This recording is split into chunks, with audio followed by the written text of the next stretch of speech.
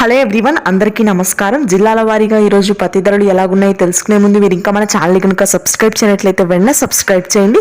ఇక లేట్ చేయకుండా వివరాల్లోకి కనుక వెళ్ళినట్లయితే ఈ రోజు కరీంనగర్లో క్వింటా పత్తి ధర గరిష్టంగా 7,200 అయితే కనిష్టంగా 5,300 కాగా మోడల్ ధర వచ్చేసరికి 6,400.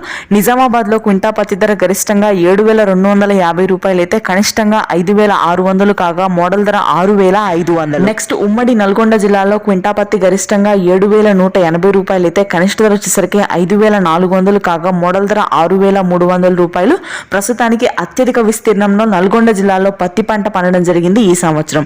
ఇక ఒంగోలులో క్వింటా పత్తి ధర గరిష్టంగా 7,400 అయితే కనిష్టంగా 5,800 కాగా మోడల్ ధర 6,700.